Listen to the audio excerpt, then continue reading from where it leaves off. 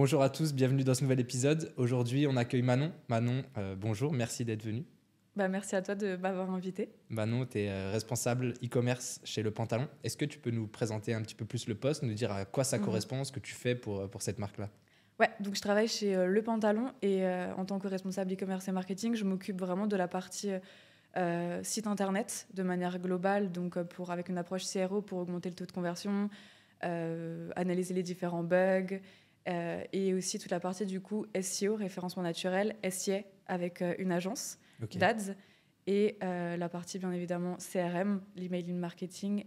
On travaille aussi avec une agence depuis peu et l'affiliation, etc. Et donc, voilà, ça rentre dans le process marketing ou stratégie de manière globale, quoi. Trop bien, super intéressant. Ouais, du coup, c'est toi qui chapeautes un petit peu le développement de la marque via l'acquisition en ligne. On a déjà parlé pas mal dans ce podcast de tout ce qui est acquisition. On a fait un petit peu de conversion sur tous les sites, etc. Et là, j'aimerais bien qu'on fasse un petit peu plus un focus sur l'automation, donc avec l'email marketing, la partie même fidélisation, etc. Ça peut être super intéressant. Voir comment est-ce que, au sein d'une marque, on chapeaute ça. Et même parler, pourquoi pas, d'à quel point ça peut être important dans un lancement de produit, etc. Mais en premier, on va essayer de définir l'email automation, parce que ça peut être des termes un petit peu flous pour certains. Ouais. Comment tu définis ça, toi? Pour moi, l'emailing automation, c'est vraiment une série d'emails qui va être automatisée en fonction d'un déclencheur, en fait. Une action réalisée par un visiteur sur le site. Prenons l'exemple de un visiteur qui vient sur le site. Kylian, tu viens sur la marque Le Pantalon. Tu vois des produits, tu ajoutes un produit au panier. Et en fait, tu es distrait et tu pars pour une raison quelconque. Sans marketing automation, en tout cas d'emailing et de stratégie rodée, tu pars et on te perd. Ouais. Si tu as une stratégie qui va être rodée, admettons, on a une pop-up sur le site internet d'inscription à la newsletter, tu laisses ton email parce que tu es intéressé, etc., et qu'on donne envie. En fait, après, derrière, si tu as ce process aussi d'ajouter un produit au panier, mais à nouveau, tu es distrait parce que ça arrive et que tu quittes sans passer à l'achat derrière, là, on va pouvoir te récupérer et venir te targeter sur toute une série d'emails, déjà par la série de welcome, la bienvenue, etc., toute la partie onboarding, qui on est, etc. Mais aussi, dans un second temps, on pourra venir te targeter sur la partie panier abandonné. Bien sûr, pas les deux en même temps parce que ça ne fait pas sens, mais c'est des déclencheurs en fait, qui viennent déclencher une série d'emails que toi, tu définis en amont. Ça peut être une série de 2, de 3, etc., avec des délais bien définis et une configuration définie aussi en amont, quoi. Ok, ouais, super intéressant et du coup c'est super important. Est-ce que tu as un ordre d'idée du chiffre d'affaires que ça peut générer pour une entreprise, ce genre d'automatisation en termes de pourcentage ou c'est très variable? Alors nous, actuellement, avec tout le travail qui a été réalisé aussi avec l'agence Email Club avec laquelle on travaille, on est à 30% de chiffre d'affaires généré par la plateforme. On est sur Klaviyo, que j'adore. Yes. Et donc on a 30% du chiffre d'affaires qui vient de la plateforme. Avant ça, on était plus aux alentours des 10-15%. Ouais. Donc, on voit aussi l'intérêt, en fait, de vraiment, quand tu te focuses sur ce sujet-là, à quel point, en fait, ça peut venir gonfler ton chiffre d'affaires. Et je précise juste à même hauteur de fenêtre d'attribution. La fenêtre d'attribution, c'est aussi important quand tu configures ta stratégie, notamment, du coup, ton outil d'emailing, en l'occurrence Klaviyo ici, où nous, on est sur du 2 jours et qu'on est sur de l'ouverture et clic. Donc, c'est pas... je sais pas, il y a certaines marques, tu vois, qui, en fonction du secteur d'activité, qui vont voir un peu plus large en termes de... Je sais pas, si par exemple, tu achètes une voiture, automatiquement, ta fenêtre, elle va être un peu plus large que ça, quoi. Là, on est sur du pantalon. Donc, on est sur du 2 jours et on est ouverture et clic. Donc, vraiment, on attribue ces ventes-là à Klaviyo parce que la personne, elle a ouvert le mail, elle a cliqué dessus. Et je rajouterais même qu'on a aussi exclu toute la partie, la mise à jour iOS, donc tous ceux qui sont faits sur Apple, sur iPhone, parce que vu qu'on part du principe que tu as un taux d'ouverture qui va être gonflé suite à cette mise à jour-là, tu peux aussi avoir tes stats qui vont être gonflés. Donc nous, pour voir au plus proche les réels stats, on a exclu ça. C'est une configuration que tu peux faire dans Klaviyo, et pour avoir en fait vraiment tes stats, suivre les stats de tes campagnes, de tes séries d'emails, etc. Ok, ouais, super intéressant. Du coup, ça, 30%, c'est énorme. C'est quasiment un tiers du chiffre d'affaires.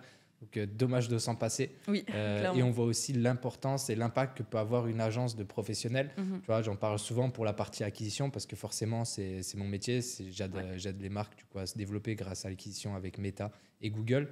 Et souvent, elles le font un petit peu eux-mêmes. C'est du bricolage parce que c'est des entrepreneurs. Ils n'ont pas le temps de tout faire. Tu vois. Exactement. Et donc, ils ont des résultats, c'est intéressant. Mais une fois que on va dire, donnes les manettes à quelqu'un dont c'est la spécialité, là, logiquement, si le mec n'est pas trop nul, quoi, et ben les performances augmentent. Donc, hyper intéressant de voir aussi que ça a fonctionné et que ça a permis d'augmenter les performances. Et donc, tu as parlé des séquences de bienvenue, tu as parlé des séquences d'ajout au panier. Et ça, c'est hyper intéressant. Par exemple, sur une séquence de bienvenue, qu'est-ce qu'on peut attendre, tu vois? Est-ce que c'est un mail, 5 mails, des fréquences plutôt tous les jours, toutes les semaines? Comment tu t'organises? Alors là, j'aurais vraiment tendance à dire que ça dépend encore une fois de ta marque. Il y en a qui peuvent aller jusqu'à une série de 7 en fonction de comment tu vas le setup.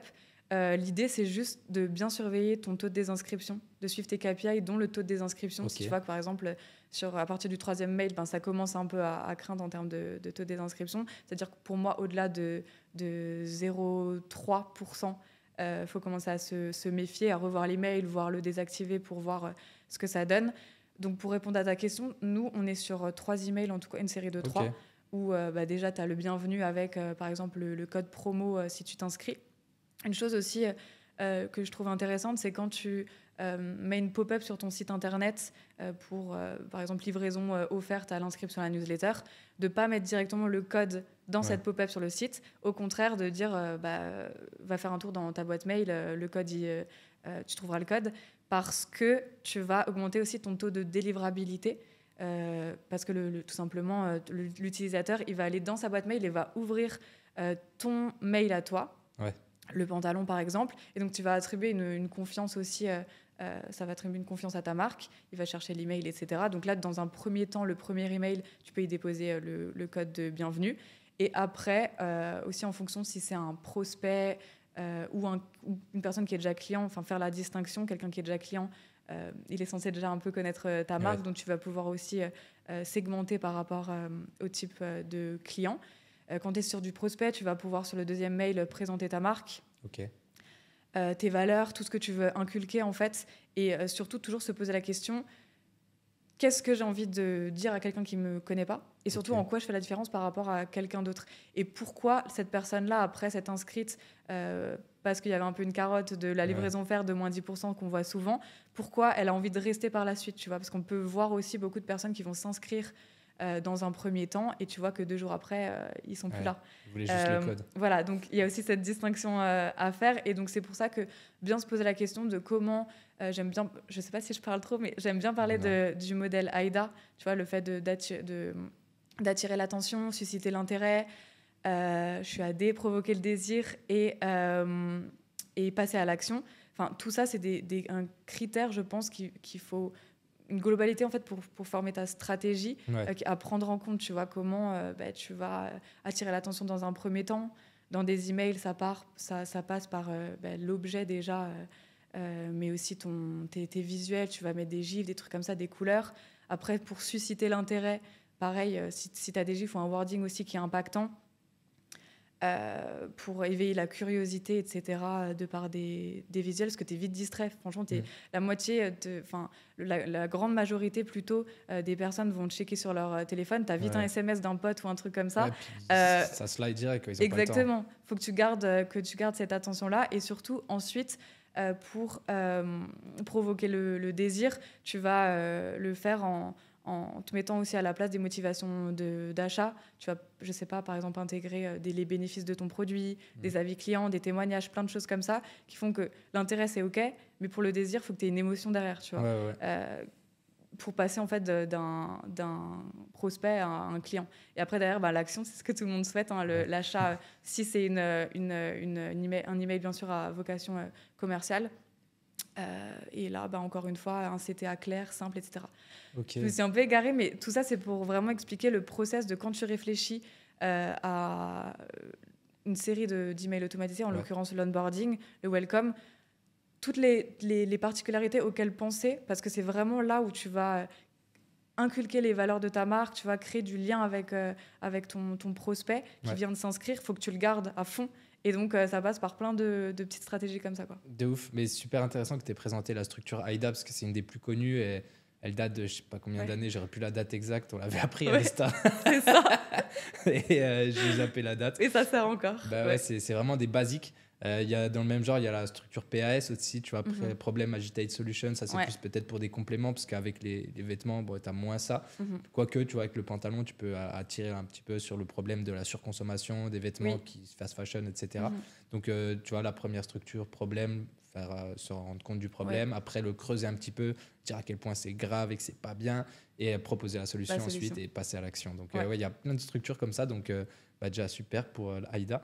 Tu as fait une phrase assez intéressante. C'est intéressant de mettre toutes ces choses-là dans des emails à vocation commerciale. C'est quoi un peu le pourcentage d'emails commercial vs, je sais pas, marque, branding plutôt? C'est quel type? En fait, c'est quoi les types d'emails au final que tu envoies? Si tu as le commercial. Ouais. Tu vas avoir aussi la partie transactionnelle. Ça, c'est plus du coup des emails où, prenons l'exemple d'un client qui vient de passer commande. Tu vas avoir justement toute la partie transactionnelle en cours de livraison, enfin, où en est ta commande. Pour moi, c'est plus des emails transactionnels, à vocation transactionnelle. Tu as les emails qui vont être plus marketing, donc du coup, là, complètement, tu as des lancements de produits, tu as des offres, Black Friday, etc. Enfin, c'est vraiment objectif, du coup, conversion aussi. Tu peux faire des emails un peu plus branding informatif où tu vas juste parler à nouveau de la valeur des valeurs de ta marque, etc. Et après, tu as les automatisés. Du coup, ceux-là, tu t'en occupes en amont. Après, ça part tout seul. En termes de pourcentage, ça dépend vraiment aussi de la stratégie dans laquelle tu veux te lancer. Idéalement, il faut quand même faire pas mal de market pour pouvoir vendre. Après, nous, on s'est rendu compte aussi en faisant des emails un peu plus branding, tu vois, sur nos valeurs, plus vers la mode, etc., pour toute cette partie éco-responsable et éduquer le client aussi à une mode un peu plus responsable, que en fait, ça convertissait très bien. Donc voilà, l'un ne va pas forcément... ils ne sont pas opposés, mais c'est sûr qu'en fonction de ce que tu as envie de faire passer comme message sur ton marronnier de l'année, tu vas pouvoir... l'idée pour moi, tu vois, c'est vraiment de ne pas faire tout le temps du market, tout le temps. Les gens peuvent être vite saoulés, sachant que tu n'es pas du tout la seule marque à qui envoie des emails. Mais par contre, tu peux trouver un peu un équilibre entre parfois rappeler qui t'es, ce que tu fais, ce que tu as comme projet, etc. Et aussi toute la partie lancement de produits, tes best-sellers et tout. Enfin, trouver un peu l'équilibre qui fait que où tu vois qu'en fait, que ta base de données, elle est saine, ton taux de désinscription, il est totalement correct, etc. Voilà. Mais ça, en fait, c'est plein d'ajustements à faire en fonction de l'année. Et encore une fois, pour moi... ce que tu fais en stratégie, je ne sais pas, en 2024, en 2025, ça se trouve, ce sera plus la même chose, mais tout ça, ça passe par de l'A/B test aussi, quoi. Ouais, et c'est marrant parce que tu vois, l'année dernière, j'avais l'impression, enfin, j'entendais, moi, je n'avais pas encore je m'étais pas intéressé à l'emailing, mais je me disais, qui ouvre encore des emails, tu vois? Est-ce qu'il y a vraiment des gens qui achètent par rapport aux emails? En fait, oui, on s'en rend compte, parce que comme tu sais, ça représente déjà 30% à peu près du chiffre d'affaires pour la marque avec qui tu es actuellement. Mais peut-être qu'en 2025, ce ne sera plus le cas. Mais bon, il y a peu de chance quand même. Oui. je pense que c'est un truc qui va durer sur le long terme. En plus, maintenant, de plus en plus, maintenant en France, c'est assez nouveau. Je crois qu'on peut faire les campagnes SMS aussi. Exactement. C'est un truc que vous faites aussi? Non, pas encore, parce qu'on n'avait pas encore commencé à collecter les SMS. Et en fait, pour la partie consentement, nous, quand on demande le consentement, c'est sur la partie email. Et quand on demande le numéro de téléphone, en fait, on ne demande pas le consentement là-dessus. Donc, il y a aussi tout un travail, justement, à effectuer pour récupérer le consentement du SMS. Donc, déjà, l'email, c'est assez complexe. Là, le SMS, le numéro de téléphone, c'est une step en plus, tu vois. Mais effectivement... on sait que les SMS sont beaucoup plus ouverts. Ton taux d'ouverture, ça n'a rien à voir, tu vois, avec l'email. C'est instant.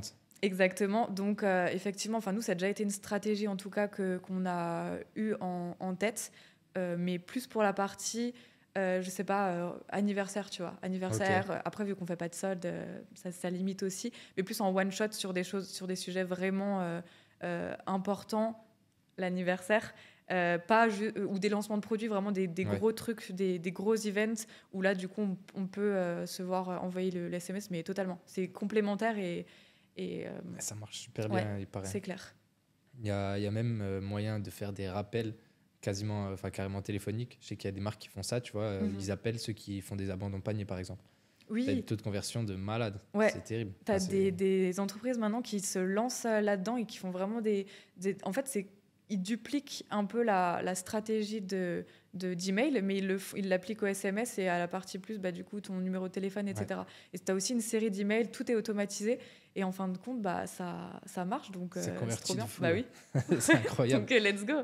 Et super intéressant aussi le fait de... Tu as parlé du lancement de produit. Ouais. Tu vois, quand on lance un produit, forcément, les gens, ils attendent pas ton produit. Tu vois, ils en ont un peu rien à faire. Ils se disent, OK, tu lances un produit, c'est cool. Surtout si tu les as pas prévenus avant. Ouais. C'est là qu'il y a tout l'intérêt en fait, de la phase en amont de préparation où tu vas venir pendant, je sais pas, entre 10 et 15 jours, venir chauffer un petit peu le public, essayer de générer du lead, des emails pour que le jour J, tu aies un minimum de personnes déjà qui soient déjà intéressées et qui disent, OK, moi, je veux venir, tu vois, je veux ce produit à fond.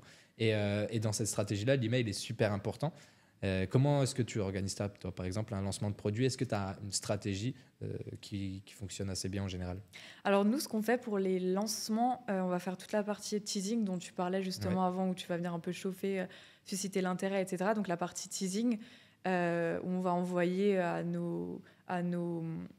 notre base aussi la plus active, etc. Le fait que bientôt il y a un nouveau produit qui sort, il est trop bien, etc. Sans en dire trop non plus. Ok. Et ensuite, on va avoir la partie de lancement où vraiment là, en fait, on va déballer sur le produit. Je tiens à préciser aussi que dans la partie teasing, ce qui fonctionne bien, ça va être le compte à rebours ou des choses comme ça où tu peux aussi faire. Nous, ce qu'on a déjà tenté de faire, c'est un lookbook, une page lookbook en amont. Donc, tu vas faire une landing page avec ton produit. C'est du teasing. Enfin, plus ou moins teasing, c'est-à-dire que tu as par exemple vraiment toute une landing page dédiée à ce produit-là où tu vas avoir un peu que des visuels, etc. Un peu comme, je sais pas, une page magazine qui te donne envie, où tu te dis, OK, je veux en savoir plus, quelle est la matière, bon, le prix évidemment, etc. Enfin, l'histoire derrière ce produit-là. Mais là, tu as vraiment que un peu des moods inspirationnels de justement, un peu comme Pinterest, tu vois, comment est-ce que je pourrais voir porter ce pantalon, etc. Donc ça peut être aussi en phase de teasing, ou alors tu peux flouter le truc, tu peux faire, je sais pas, une chasse au trésor. Enfin, on peut s'amuser de différentes manières.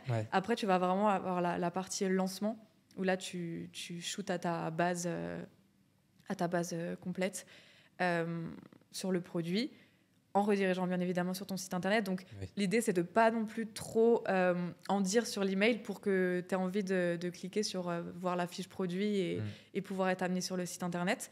Et ensuite, après, des relances à gogo sur de plein de manières différentes, sur juste une relance mail texte. Nous on fait au jour J en fait un lancement, et le soir même on va faire une relance mail texte. Ce qui fonctionne bien, c'est-à-dire en fait on fait comme si la responsable SAV venait dire on a lancé, enfin j'espère que vous allez bien, on a lancé ce matin ce produit-là, on voulait juste être sûr que vous passiez pas à côté. Si tu as une offre, c'est encore mieux.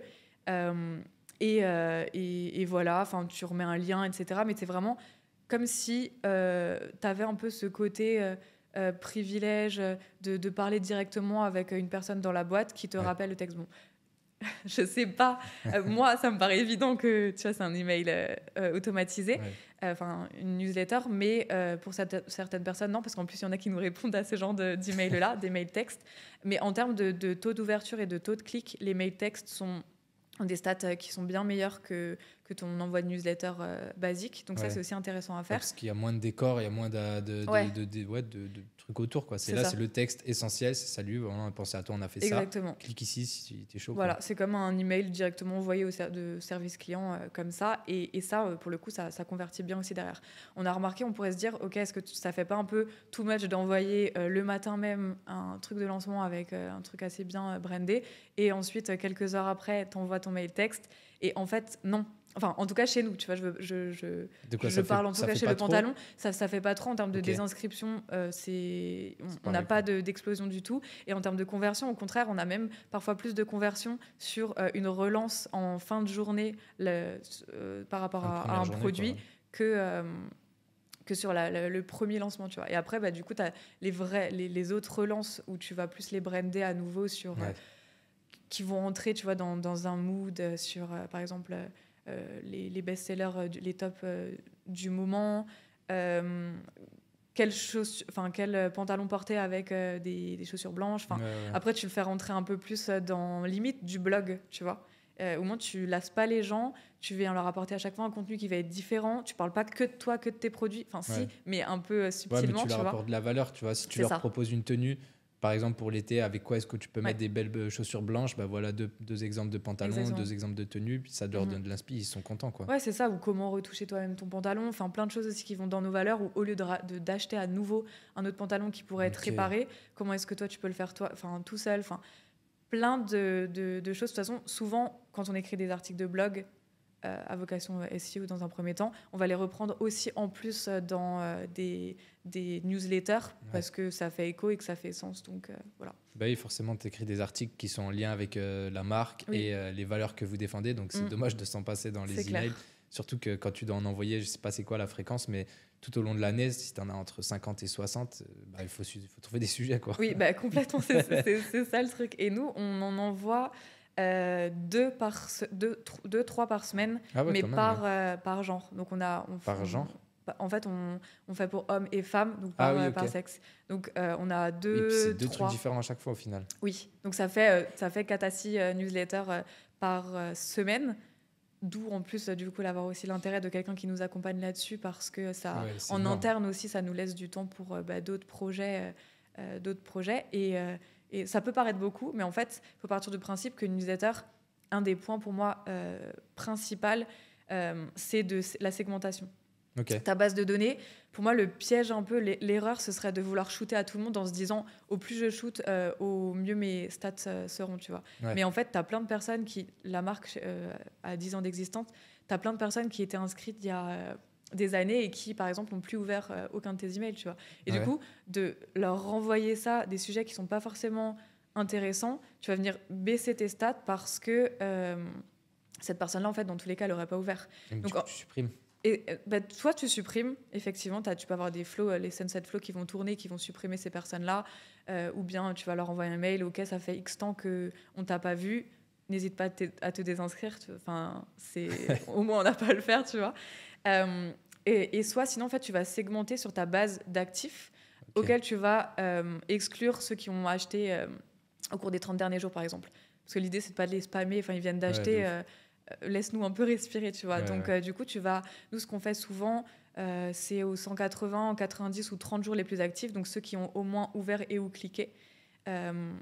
Et ensuite, du coup, tes stats sont aussi meilleurs, mais tu vois que derrière, ta base, elle est plus saine et elle est mieux travaillée, en fait. Tu te bases sur des trucs qui sont pour moi, plus pertinents, en tout cas. Ouais, puis c'est plus pertinent. À la fin, c'est plus performant aussi, parce que... Comme tu as plus de délivrabilité, tu tombes moins en spam. Tu as des personnes qui sont plus qualifiées, donc ils ont plus de chances d'acheter. C'est ça. Forcément, c'est plus intéressant. Et du coup, comment est-ce que tu renouvelles ces inscriptions pour alimenter cette base email, en fait? C'est vraiment que à la pop-up ou alors tu as d'autres canaux d'acquisition? Alors, nous, on a la pop-up, dans un premier temps sur le site. Ensuite, présent un peu partout sur le site, tu as dans le footer ou bien des notifications qui permettent, sur le site internet, en fait, de t'inscrire. La pop-up, c'est ce qui fonctionne le mieux. Sinon, ce qu'on fait aussi, c'est des jeux concours. Là, ce qu'on est en train de tester en ce moment, c'est de faire un jeu concours par mois où on présente un peu notre marque coup de cœur, qui va aussi qui répond aussi à nos valeurs. Par exemple, je sais pas, des sneakers éco-responsables, etc. Ok, donc vous faites des collabs avec des autres marques. On fait des collabs comme ça, Ok. des échanges un peu de newsletters pour inciter, en tout cas faire de l'acquisition aussi. Ce qu'on fait, sinon, c'est des jeux concours avec différentes marques. Ça fonctionne bien, mais attention aussi, derrière de ces gens-là, en fait, quand tu les fais rentrer dans une liste, nous, on va venir les différencier. Moi, je crée une liste jeux concours pour les concouristes pour être sûr qu'en fait, ils ne viennent pas polluer ta base. Et ensuite, tu vas les inclure petit à petit là-dedans et tu vas voir s'ils convertissent ou pas et s'ils ont un réel intérêt. Après, sinon, tu peux récupérer par des ads. Nous, ça fonctionne pas bien, ou peut-être on n'a pas encore trouvé l'astuce, quoi. Surtout qu'on n'a pas d'offre à proposer à proprement parler. Les moins 10%, c'est sur le site internet, mais c'est pas quelque chose qu'on a envie de mettre en avant sur des personnes qui nous connaissent pas encore et en ads où ça pop de cette manière-là. Mais ouais, tu as plein de manières de récupérer des adresses mail. Le plus pertinent pour moi, ça reste du coup la pop-up. Ouais. Après, c'est vrai que les stratégies d'acquisition avec les ads, c'est, je pense, surtout pour les moments phares, tu vois, les vrais événements. Oui. Avoir une... Il y a des marques qui le font, tu vois, ils ont une stratégie de publicité où ils vont avoir un canal lead, en gros, où il y aura une pop-up qui va tourner toute l'année. Souvent, c'est des livres blancs qu'ils mettent à disposition ou des choses comme ça. Ça va permettre de donner de la valeur à un potentiel client, le faire entrer dans la base et sur le long terme, de pouvoir le travailler. Donc, c'est assez intéressant. Après, il faut voir au niveau de la rentabilité, de la pertinence du lead que tu reçois. Mais une stratégie qui fonctionne bien, c'est le préchauffement avant les lancements de produits, le lancement de braderie ou Black Friday, n'importe, tu vois. Pendant 10 ou 15 jours, là, ce que j'ai fait il n'y a pas très longtemps, pendant 15 jours, on a fait à fond des ads sur l'inscription à une braderie. Voilà. La braderie, on a eu des taux en plus d'inscription super intéressants. On avait des coûts d'inscription, ils n'étaient même pas 1 euro, tu vois, l'inscrit. Et lorsqu'on a fait le lancement, tu vois, le jour J, l'email, il est parti. On a fait des chiffres de malade. On a fait quasiment 100 000 euros en un jour, quoi. Exactement. Franchement, tu as tout compris. C'est vraiment ça. C'est le fait de récolter du lead en amont via différents canaux, dont les ads, quand tu as vraiment une offre aussi. Tu chauffes à mort, tu récoltes à mort. Et ensuite, tu as du coup toute cette base-là, en plus que tu n'avais pas avant, pour préparer tes lancements, tes Black Friday. Et c'est drôle que tu parles du livret blanc, parce que nous, on s'était posé la question de comment récolter du lead sur de l'ad sans faire de la promotion. Et on pensait faire un guide détail ou bien un guide du mariage, quand c'est le mariage, tu vois, pour, je sais pas si on a qui savent pas trop comment s'habiller. Pantalon au mariage, c'est chaud. Tu as un petit jean pour le mariage, allez, ça passe. C'est clair, je sais. Mais pour moi, c'est une piste en tout cas à explorer, en tout cas à tester. Enfin, moi, je pars du principe vraiment qu'il faut être dans du test and learn et constamment. Et même une idée que tu as testée il y a 2-3 ans qui n'a pas forcément fonctionné, te poser sur OK, pourquoi, comment ça avait été fait, etc. Et est-ce qu'on la retenterait pas ? Parce que 2 ans après, c'est plus la même chose, c'est peut-être même des fois plus les mêmes clients que tu as dans ta base. Faut constamment tester des trucs et si tu testes pas, en vrai, tu sais pas de toute façon si ça marche ou pas. Donc, de ouf. Voilà. Y a toujours ça. Et puis, comme tu disais, des fois, il y a des choses qui se sont lassées, donc qui marchent plus, mais qui 2, 3, 4, 5 ans plus tard vont fonctionner. Exactement. Donc, c'est comme les créas. Des fois, il y a des créas, on les lance pendant 1 an, elles tournent bien. D'un coup, les perfs s'effondrent, on change. Et 6 mois ou 1 an après, on les relance et hop, ça refonctionne, tu vois. Moi, j'ai toujours un petit asset dans mes campagnes où il y a écrit genre un petit peu la retraite, tu vois. C'est les anciens. Je mets old school et je mets tous ceux qui marchaient bien mais qui marchent plus parce que je me dis, vas-y, on sait jamais. Et des fois, quand il y a une baisse de performance, j'essaie d'en réactiver. Des fois, ça marche. Des fois, ça marche pas aussi. Mais souvent, on a des bonnes surprises, tu vois. Donc, hyper important de garder tout ce qui fonctionne parce qu'il y a des chances que ça refonctionne. Et donc, complètement. Important. Garder la traçabilité de ce que tu fais, quand tu l'as fait, pourquoi tu l'as fait, pour moi, c'est trop important. Ouais. Et du coup, il y a une vraie notion d'acquisition de lead avec le pantalon, parce que c'est vrai qu'une fois que tu as les emails, tu as aussi la partie acquisition. Et vous avez une boutique on a 3 boutiques sur Paris. Ok. Et donc, aussi, tu as toute la partie omnicanalité où on envoie aussi des emails aux personnes qui sont passées en boutique pour la satisfaction boutique. Derrière, on essaie aussi de fidéliser. Donc, on les fait rentrer aussi dans le process-là via Klaviyo. Et tu disais un truc intéressant par rapport à la partie acquisition aussi, notamment, je parle pour le pantalon, c'est qu'il faut savoir qu'on est sur des pantalons intemporels et on ne fait pas de collection. Donc, les pantalons, le best-seller, tu vois, de la création de la marque en 2014, c'est encore le best-seller actuel, 10 ans après. Et ce qui fait aussi que vu qu'on ne renouvelle pas énormément l'offre parce qu'on a fait ce choix-là aussi d'être sur des pantalons intemporels qui reviennent tout le temps, on n'est pas à la mode, comme on dit. Tes clients, en fait, au bout d'un moment, si tu n'en as plus, si tu n'as plus des nouveaux clients, ça impacte ton chiffre d'affaires. Puisque tes clients ensuite que tu vas fidéliser, c'est par différents nouveaux pantalons, nouveaux coloris, mais parfois ça ne suffit pas tout le temps. Donc là, il y a vraiment une stratégie de comment on va acquérir des nouveaux clients qui ne nous connaissent pas du tout. Et du coup, quand tu fais de l'emailing, est-ce que tu vois des fois un impact, je ne sais pas si tu as la visibilité, sur les boutiques aussi, sur le chiffre d'affaires qui est généré en boutique? Je ne sais pas s'il y a des événements ou si vous essayez de lier un petit peu les deux ou vraiment c'est concentré que sur l'e-com. Alors, moi, sur Klaviyo, parce qu'on est sur PrestaShop, je récupère seulement la donnée qu'on appelle le place order. Et donc, ça tombe comme une commande basique. Après, c'est vrai que je pourrais analyser je sais même pas si je pourrais faire ça. Oui, potentiellement, je pourrais voir via un email, tu veux dire, c'est la personne... Ben non, en fait, je pourrais pas savoir si via un email, la personne, ensuite, elle va convertir derrière en boutique. Ouais. On n'a pas en boutique, on demande pas ensuite, je sais pas, d'où t'as découvert ouais, ça peut être ça aussi, la tu vois. Parce que je sais que ça se fait souvent dans des boutiques. Par exemple, tu vas chez Sephora, ils disent « Ok, comment vous avez entendu parler de nous ?» Tu dis « Je sais pas, moi, je vais pas chez Sephora. » Oui, non, voilà. Non, mais t'as raison. Et d'ailleurs, peut-être que je dis une bêtise et qu'ils le demandent ou que ça avait été demandé. Quoi, en ce moment, mais non. Okay. Après, quand on fait des événements, là, on avait ouvert récemment un pop-up à Bordeaux. Ouais. On fait à fond de l'email pour chauffer toute la base de clients du coup, ou prospects qui sont dans les environs. Et voilà, l'idée, c'est de faire du drive to store aussi. Ouais. On fait aussi de l'ADS pour amener ensuite le jour J au pop-up et augmenter en fait, la part du trafic en magasin. Ouais. Mais voilà, on se sert de l'email vraiment pour énormément de choses, en tout cas. Très, très important. Et depuis le temps que tu fais ça, est-ce qu'il y a des moments où, tu vois, par exemple, tu as vu, il y a eu des erreurs que tu as fait ou que tu as vu, que tu t'es dit, ah ouais, ça, il faudra faire gaffe la prochaine fois, etc. Tu vois, parce que là, on a vu vraiment toutes les bonnes pratiques, à quel point c'est important, tu vois, au niveau des séquences, au niveau de la pertinence de la liste, des techniques un petit peu d'acquisition, lancement produit et tout. Donc, c'est top. Maintenant, est-ce qu'on peut peut-être voir les erreurs à éviter potentiellement que tu pourrais connaître ? Ouais, moi, je commencerais d'abord par peut-être penser mobile first. Okay. À l'époque, comme si j'avais 15 ans de carrière. Mais bon, en tout cas, avant, je trouve qu'il y a pas mal de marques aussi qui se basent encore, surtout quand tu es DA ou tu vas dans la partie branding et que tu vas venir créer les emails et que tu n'es pas forcément dans une agence qui baigne là-dedans. Tu vas avoir plus tendance à penser en mode desktop et du coup, tu vas faire ta maquette un peu penser dans ce sens-là. Pour moi... maintenant, et de toute façon, il faut regarder tes stats d'ouverture sur le mobile. C'est mobile first. Tu vas d'abord créer ta maquette sur mobile et après, tu vas venir la décliner sur desktop. Et tu vas regarder ensuite ce que ça donne, etc.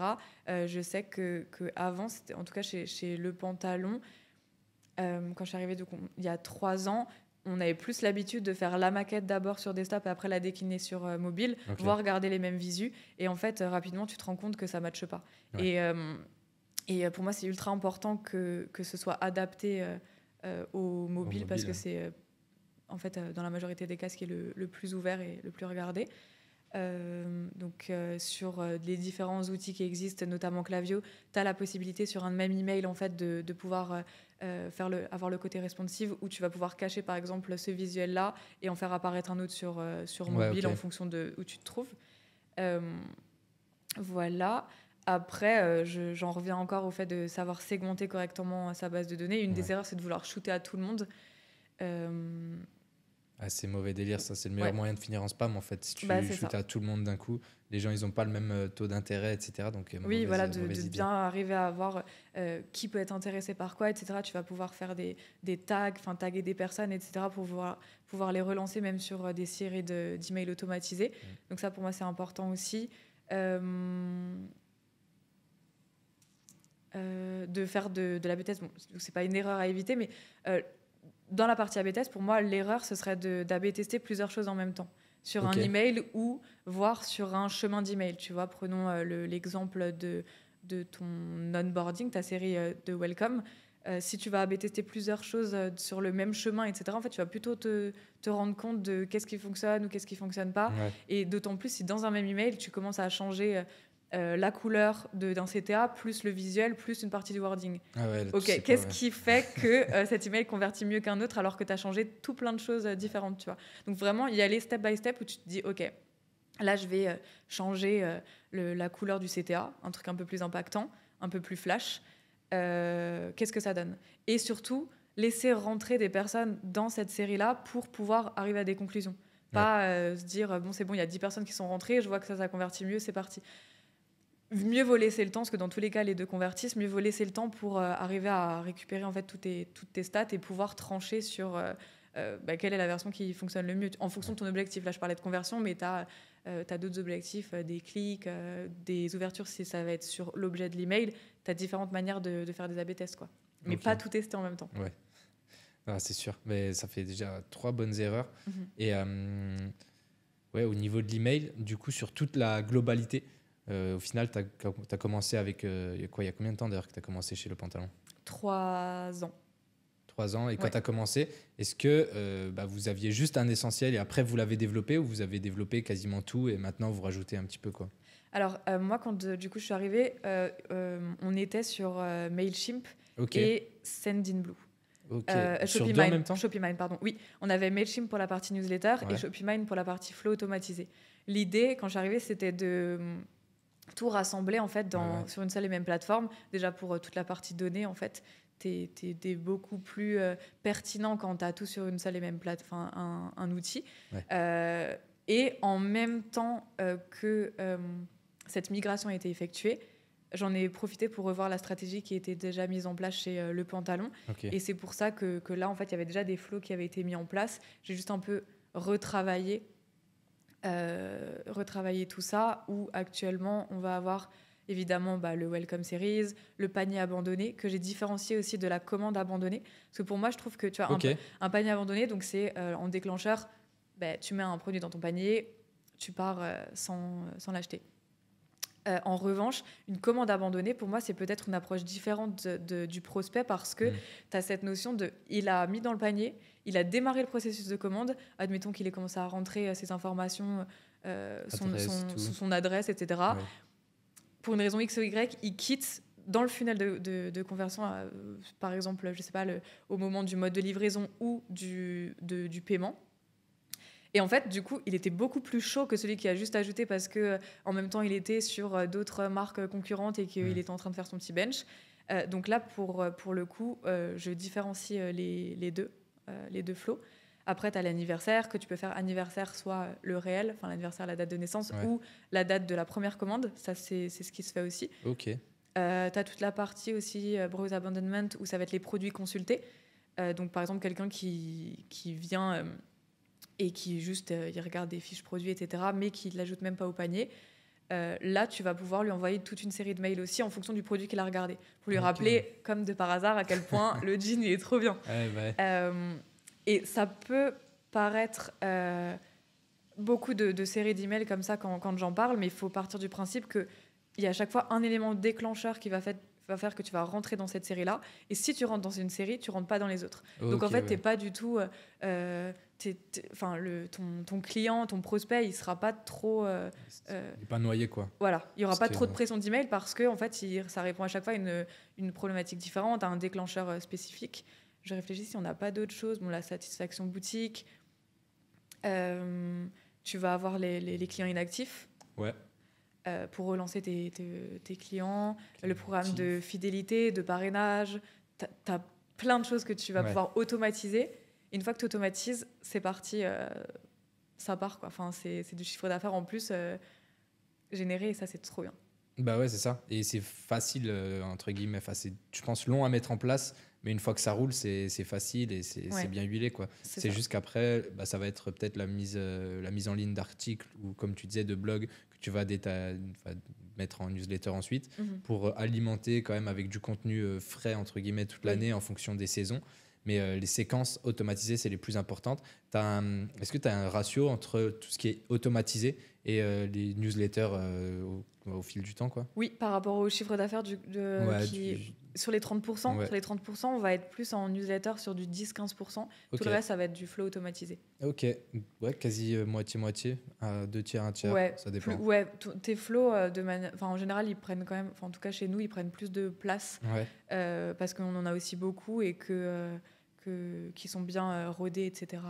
Ouais, puis c'est un vrai objectif de conversion aussi, parce que les newsletters que tu vas faire, par exemple, où tu donnes des conseils, etc., au fil à mesure de l'année, c'est plus pour rassurer, mettre un petit peu en avant la marque. Si ça vend, tant mieux, mais c'est pas le but principal, quoi. Oui, totalement. Et on voit, tu vois, que pendant les périodes où on fait des lancements, la part de newsletter par rapport au flow, donc aux emails automatisés, elle est plus importante parce que tu as toute cette partie lancement-là. Mais effectivement, les flows automatisés, les déclencheurs, bien souvent, c'est par rapport à, de toute façon, une action qui est réalisée sur le site par un certain visiteur. Donc, il y a plus de vocation à avoir derrière une transaction qui est réalisée totalement. Trop bien. Trop cool. Ça fait pas mal de valeurs que tu nous donnes là. Ouais. Donc, si on fait un petit récap. Ouais. Le plus important déjà, c'est de mettre en place ses flows, le basique. On va commencer par l'acquisition. En choisissant bien son outil aussi. Le Klaviyo pour... Klaviyo, ils sont quand même forts. Hein. Oui. Je sais pas qui dire d'autre. Si, je pourrais, j'ai en tête. Mais honnêtement, pour avoir travaillé du coup sur plusieurs outils, et à l'époque, je travaillais chez Les Raffineurs et, en dernière année de master, et j'avais déjà fait la migration aussi de Mailchimp vers Klaviyo. J'adore. Enfin, tu vois, c'est drag and drop, c'est instinctif, c'est facile, en fait, facile d'intégration en fonction de ton CMS, encore surtout plus sur Shopify. Voilà. C'est magique. et ouais, franchement, c'est top. Donc, si on prend un petit peu le tunnel, tu vois, le premier, c'est déjà comment est-ce que tu récupères les emails. Donc, mettre une pop-up sur le site avec un intérêt, tu vois, pas le code directement, mais voilà, dire que ça va revenir dans la boîte mail comme ça va les forcer à ouvrir l'email, tu auras un meilleur taux de délivrabilité et plus d'intérêt aussi. Le footer en bas de page aussi, newsletter au cas où. Je sais pas si ça a vraiment un énorme intérêt, mais... moins que la pop-up. Ouais, moins que la pop-up. Une fois que tu as ces emails, maintenant, il faut préparer les séquences. Donc, tu as la séquence de bienvenue avec plusieurs nombres d'emails, on va dire une fois par semaine ou 2 maximum, je sais pas, peut-être 3. C'est vrai qu'on n'a pas parlé des délais que tu peux fixer. Idéalement, le premier, de toute façon, tu l'envoies directement. Après, ce qui est bien, c'est d'envoyer un autre dans la journée sur ta marque ou un jour après, d'avoir, moi, je dirais sur une semaine en tout cas, d'avoir un truc assez rodé sur une semaine grand max de qui tu es, tu vois. Ok, donc impeccable la séquence de bienvenue. Donc un l'instant T, un le soir ou le lendemain et un ou 2 autres plus tard selon la pertinence. Séquence panier abandonné, séquence achat abandonné, enfin commande abandonnée, bien faire la distinction. Oui, pour moi oui. Et surtout le délai, essayer de choper au maximum en fait, quand quelqu'un abandonne. Au mieux tu réduis le délai du premier email envoyé, au mieux tu as de la conversion derrière. C'est des stats qui ont été observés et on l'observe aussi chez Le Pantalon. 30 minutes, par exemple 30 minutes, tu vois, c'est cool. Si tu fais 30 minutes ou 1 heure grand max, le délai du premier email pour vous dire « Ah, t'as oublié quelque chose, je te le rappelle, c'est là », c'est une des bonnes pratiques pour moi. Trop bien. Et ensuite, une fois qu'il y a ces séquences, tu as aussi celle catégorie de produit, comme tu disais. En fonction du produit, je dirais, tu as vu, en fait, tu n'as pas fini de descendre la page, il est bien, mon produit. C'est ça. C'est ça. Et après, toute la partie acquise aussi en amont des lancements. Donc, ne pas hésiter à faire des campagnes de lead gen avec des pubs, soit Google, soit Meta, soit les deux, sur une landing page dédiée où tu ne donnes pas toutes les infos pour que les gens s'inscrivent. Comme ça, le jour J, tu lances et là, ça marche plutôt bien. Et puis voilà, prendre soin de la base et on est bon. Hein. Ouais, prendre soin de la base. Pour moi, l'email, c'est vraiment un pilier de la stratégie marketing. Parce que tu vas venir créer la relation avec tes clients. C'est vraiment au cœur de toutes les phases de la relation client. Tu vois, en amont, la partie acquisition dont on parlait, la prospection. Et ensuite, une fois que tu as la partie achat, tu as la partie fidélisation aussi qui arrive. En fait, ça rentre dans toutes les phases de la relation client. Ça te permet de véhiculer les images de ta marque avec un message pertinent et segmenté dont on disait vraiment, j'adore. Trop bien. Merci beaucoup pour toutes ces infos. Est-ce que tu as des choses à nous partager, des événements, des endroits où on peut te retrouver? Tu partages des choses? Dis-moi. Sur LinkedIn, je partage pas grand-chose, mais bon, si vous voulez me retrouver, poser d'autres questions, c'est parti, quoi. Super. Et merci, je mettrai ton lien en description. Merci à toi. Et bonne journée, à très vite. À très vite. Ciao.